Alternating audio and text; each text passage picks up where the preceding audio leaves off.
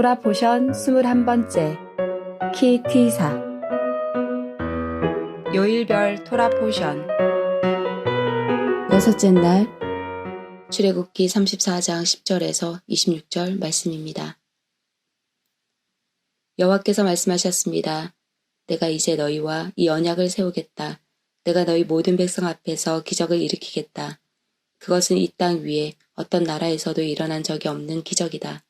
너희와 함께 사는 모든 백성이 여호와의 일을 보게 되리니 내가 너희에게 놀라운 일을 행할 것이다. 내가 오늘 너희에게 명령하는 것을 지켜라. 그러면 내가 너희 원수들을 너희 땅에서 쫓아내겠다. 내가 아모리 사람과 가나안 사람과 헷 사람과 브릿 사람과 히위 사람과 여부스 사람을 너희 앞에서 쫓아낼 것이다. 조심하여라. 너희가 가고 있는 땅에 사는 사람들과 어떠한 언약도 맺지 마라. 만약 언약을 맺으면 그것이 너희에게 재앙을 가져올 것이다. 그들의 제단을 부수고 그들의 돌 기둥을 무너뜨려라. 그들의 아세라 우상을 베어버려라. 다른 신을 섬기지 마라. 왜냐하면 질투의 신이라는 이름을 가진 나 여호와는 질투하는 하나님이기 때문이다. 조심하여라. 그 땅에 사는 백성과 어떤 언약도 맺지 마라. 그들은 음란하게 헛된 신들을 섬기고 제물을 바친다. 그러니 그들이 너희를 초대하면 너희는 그들과 어울려 그들의 제물을 먹게 될지도 모른다. 너희가 그들의 딸들 중에서 너희 아들의 아내를 고른다면 그들의 딸은 음란하게 헛된 신을 섬기니 너희 아들도 음란하게 헛된 신을 섬기게 될 것이다. 금속을 녹여 신상을 만들지 마라. 무교절을 지켜라. 내가 명령한 대로 너희는 아비월에 정해진 때에 7일 동안 무교병을 먹어라. 그 달에 너희가 이집트에서 나왔기 때문이다. 처음 태어난 것은 다 내 것이다. 너희 짐승 가운데 소든 양이든 처음 태어난 것은 다 내 것이다. 나귀는 양으로 대신해서 바칠 수 있지만 양으로 나귀를 대신해서 바치기를 원하지 않으면 나귀의 목을 꺾어라. 너희의 자녀 중에서 맏아들은 다른 것으로 대신해서 바쳐라. 나에게 올 때는 아무도 빈손으로 오지 마라. 너희는 6일 동안은 일을 하고 7일째 되는 날에는 쉬어라. 밭을 갈거나 거두는 계절에도 쉬어라. 밀을 처음 거두어 들일 때는 칠칠절을 지켜라. 그리고 가을에는 수정절을 지켜라. 해마다 3번 너희 모든 남자는 이스라엘의 하나님이신 주 여호와께 나아오너라. 내가 이방 나라들을 너희 앞에서 쫓아내줄 것이다. 내가 너희 땅의 경계를 넓혀줄 것이다. 너희는 여호와 너희 하나님께 해마다 3번 나아오너라. 그때는 아무도 너희 땅을 넘보지 않을 것이다. 나에게 피의 제물을 바칠 때 누룩이 든 것과 함께 바치지 마라.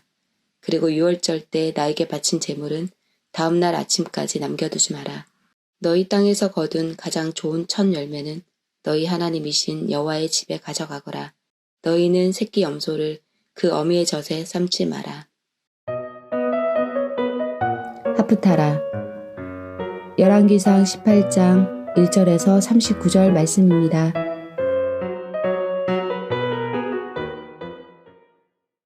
세월이 흘렀습니다. 가뭄이 든 지 3년째 되던 해에 여호와께서 엘리야에게 말씀하셨습니다. 가서 아합 왕을 만나라. 내가 곧 땅에 비를 내리겠다. 그리하여 엘리야는 아합을 만나러 갔습니다. 그 무렵 사마리아에는 심한 가뭄이 들었습니다. 그래서 아합 왕은 왕궁을 관리하는 사람인 오바다를 부르러 사람을 보냈습니다. 오바다는 참 마음으로 여호와를 따르는 사람이었습니다. 언젠가 이세벨이 여호와의 예언자들을 죽일 때에 오바다는 그 가운데에서 예언자 100명을 50명씩 두 동굴에 나누어 숨겨주고 그들에게 먹을 것과 마실 것을 가져다 준 일이 있었습니다. 아합 왕이 오바다에게 말했습니다. 모든 땅에 있는 샘과 시내를 다 뒤져보자. 풀이 넉넉히 있는 곳을 알아내면 우리의 말과 노새들을 살릴 수 있을 것이고 더 이상 짐승들을 잃지 않게 될 것이다. 왕과 오바다는 땅을 둘로 나누어 찾아다니기로 했습니다. 그래서 아합과 오바다는 제각기 자기가 맡은 땅으로 떠났습니다. 오바다가 길을 가다가 엘리야를 만났습니다. 오바다가 엘리야를 알아보고 고개를 숙여 인사했습니다. 당신은 나의 주 엘리야가 아니십니까? 엘리야가 대답했습니다. 그렇소. 그대의 왕에게 가서 내가 여기에 있다고 이르시오. 오바다가 말했습니다. 내가 무슨 죄를 지었기에 당신이 나를 아합의 손에 넘겨 나를 죽이려 하십니까? 당신의 하나님 여호와의 살아계심을 두고 맹세하지만 왕은 당신을 찾으려고 사람들을 보내어 모든 나라 안을 사사시 뒤졌습니다. 그 나라에는 엘리야는 여기에 없소라고 말하면 아합은 그 나라 왕까지 의심하면서 정말 엘리야를 찾지 못했다는 맹세를 하겠습니다. 그런데 지금 당신은 나더러 가서 나의 왕에게 당신이 여기에 있다고 말하라는 것입니까? 내가 떠나면 여호와의 영이 당신을 다른 곳으로 데려갈지도 모릅니다. 내가 가서 아합 왕에게 당신이 여기에 있다고 말하였다가 아합 왕이 이곳에 와서 당신을 찾지 못한다면 그는 나를 죽이고 말 것입니다. 나는 어릴 때부터 여호와를 따랐습니다. 혹시 내가 한 일을 듣지 못하셨습니까? 이세벨이 여호와의 예언자들을 죽일 때에 내가 그 가운데에서 예언자 100명을 50명씩 두 동굴에 나누어 숨겨주고 먹을 것과 마실 것을 가져다 주었습니다. 그런데도 당신은 나더러 가서 나의 왕에게 엘리야가 여기에 있다고 말하라는 것입니까? 그는 틀림없이 나를 죽일 것입니다. 엘리야가 대답했습니다.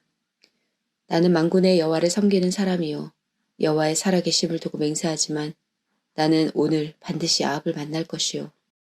오바다가 아합에게 가서 엘리야가 있는 곳을 일러 주었습니다.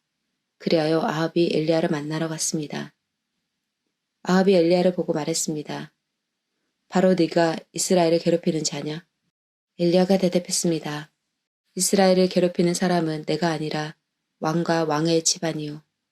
왕은 여호와의 명령에 복종하지 않았고 바알신을 따랐소.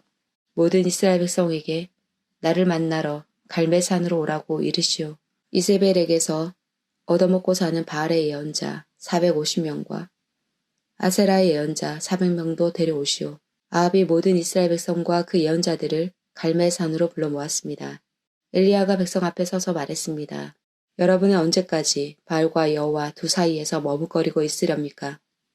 여호와와 바알을 함께 섬길 것이요. 여호와가 참 하나님이시면 여호와를 따르고 바알이 참 하나님이면 바알을 따르시오. 그러나 백성은 아무 말도 하지 않고 잠잠히 있었습니다. 엘리야가 말했습니다. 여호와의 예언자라고는 나밖에 남은 사람이 없소. 그러나 바알의 예언자들은 450명이나 있소. 소 2마리를 가져와 바알의 예언자들에게 1마리를 고르게 하고 그 소를 잡아서 여러 조각으로 나눈 다음에 장막 위에 올려놓게 하시오. 그러나 거기에 불을 지피지는 마오. 나도 나머지 소 1마리를 잡아서 장작 위에 올려놓겠소. 나도 거기에 불을 지피지 않겠소. 당신들 바알의 예언자들이여 당신들의 신에게 기도하시오. 나도 여호와께 기도하겠소. 기도를 들어주셔서 불을 내리시는 신이 참 하나님이시오. 그러자 모든 백성이 그렇게 하는 것이 좋겠다고 말했습니다. 엘리야가 바알의 예언자들에게 말했습니다. 당신들은 수가 많으니 먼저 하시오. 소 1마리를 잡아서 준비하고 당신들의 신에게 기도하시오. 그러나 불을 지피지는 마시오. 그리하여 그들은 소 1마리를 잡아다가 준비해놓고 아침부터 한낮이 될 때까지 바알에게 기도했습니다. 그들은 바알이여 우리의 기도를 들어주십시오라고 외쳤습니다. 그러나 아무런 소리도 들리지 않았으며 아무런 대답도 없었습니다. 그들은 자기들이 만든 제단 둘레를 돌며 춤을 추었습니다. 한낮이 되자 엘리야가 그들을 부추겼습니다. 더 크게 기도해 보시오. 바알이 정말로 신이라면 지금 생각에 빠져 있는지도 모르고 아니면 다른 일로 바쁘거나 어디 먼 길을 떠났는지도 모르지 않소. 어쩌면 자고 있는지도 모르겠소. 그렇다면 깨워야 하지 않겠소? 그들은 더 큰 소리로 기도했습니다. 그리고 칼과 창으로 자기 몸을 찔러서 피가 나게 했습니다. 그들은 그런 식으로 자기들의 신을 예배하기도 했습니다. 낮이 지나서 저녁 제사를 드릴 시간이 다 되도록 바알의 예언자들은 계속해서 미친 듯이 날뛰었습니다. 그러나 아무런 소리도 들리지 않았습니다. 아무런 대답도 없었고 어떤 움직임도 보이지 않았습니다. 엘리야가 모든 백성에게 말했습니다. 이제는 나에게로 오시오. 백성이 엘리야 곁으로 모여들자 엘리야는 무너진 여호와의 제단을 다시 쌓았습니다. 엘리야는 야곱의 아들들의 지파수에 따라 돌 12개를 준비했습니다. 야곱은 옛날에 여호와께서 내 이름을 이스라엘이라 하여라고 말씀했던 사람입니다. 엘리야는 그 돌들을 가지고 여호와를 위해 제단을 쌓았습니다. 그리고 나서 제단 둘레에 곡식 종자를 2세아 정도 담을 수 있는 작은 도랑을 팠습니다. 엘리야는 제단 위에 장작을 놓고 소를 잡아서 여러 조각으로 나눈 다음에 장작 위에 올려놓았습니다. 그런 다음 항아리 4개에 물을 가득 채워서 재물과 장작 위에 부으시오라고 말했습니다. 엘리야가 한 번 더 부으시오라고 말하자 사람들이 그대로 했습니다. 엘리야가 또 말했습니다. 한 번 더 부으시오. 사람들이 3번째로 물을 부었습니다. 그리하여 물이 제단 위로 넘쳐 흘러 도랑을 가득 채웠습니다. 저녁 제사를 드릴 때가 되자 예언자 엘리야가 제단 앞으로 나아가 기도했습니다. 여호와여, 주님은 아브라함과 이삭과 이스라엘의 하나님이십니다. 주님이 이스라엘의 하나님이심을 증명해 주십시오. 그리고 제가 주님의 종이라는 것과 주께서 저에게 명령하여 이 모든 일을 하게 하셨음을 이 백성에게 보여주십시오. 여호와여, 제 기도를 들어주십시오.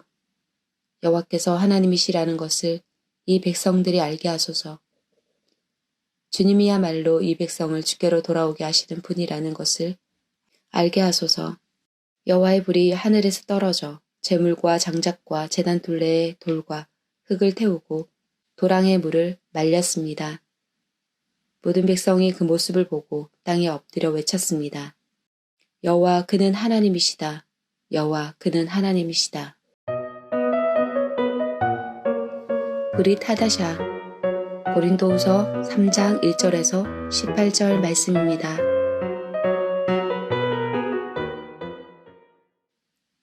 우리가 또다시 자화자찬을 하기 시작했다고 생각하십니까? 혹은 우리가 어떤 사람들처럼 여러분에게 보일 추천장이나 여러분에게서 받은 추천장이 필요한 사람입니까? 여러분 자신이 바로 우리 마음속에 썩고 모든 사람들이 알고 또 읽고 있는 우리의 편지입니다. 여러분은 우리의 사역의 결과로 나타난 그리스도께서 보내신 편지입니다. 이 편지는 먹이 아니라 살아계신 하나님의 성령으로 쓴 것이며 돌판이 아닌 사람의 마음판에 쓴 편지입니다. 우리는 그리스도로 인하여 하나님 앞에서 이러한 확신이 있습니다. 우리는 이런 일을 할 수 있는 자격이 우리에게 있다고 생각하지 않습니다. 우리의 자격은 하나님께로부터 나옵니다. 하나님께서는 우리에게 문자가 아니라 성령의 언약인 새 언약의 일꾼에 합당한 자격을 주셨습니다. 그것은 문자는 죽음을 가져오는 반면 성령께서는 생명을 주기 때문입니다. 돌판에 새겨져 있는 죽음에 이르게 하는 율법에 의한 직분도 영광스럽습니다. 그래서 비록 사라질 영광의 강체이기는 하지만 이스라엘 자손들은 모세의 얼굴에 나타난 광채 때문에 그의 얼굴을 똑바로 쳐다보지 못했습니다. 그러니 성령의 사역은 얼마나 더 영광스럽겠습니까? 사람들에게 죄가 있다고 판정하는 사역도 영광스러운데 의를 가져다 주는 사역은 얼마나 더 영광스럽겠습니까? 이런 면에서 훨씬 더 빛나는 영광과 비교해 볼 때 이전에 영광스러웠던 것은 전혀 영광스러운 것이 아니었습니다.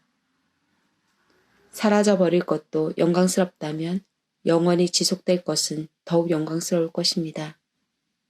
이러한 소망이 우리에게 있기에 우리는 매우 담대합니다. 우리는 이스라엘 자손이 자기 얼굴의 광채가 사라져가는 것을 똑바로 쳐다보지 못하게 하려고 자기 얼굴에 수건을 덮은 모세처럼 하지 않습니다. 그러나 이스라엘 자손들의 마음이 둔해진 까닭에 오늘날까지도 옛 언약을 읽을 때 수건을 그대로 쓰고 있습니다.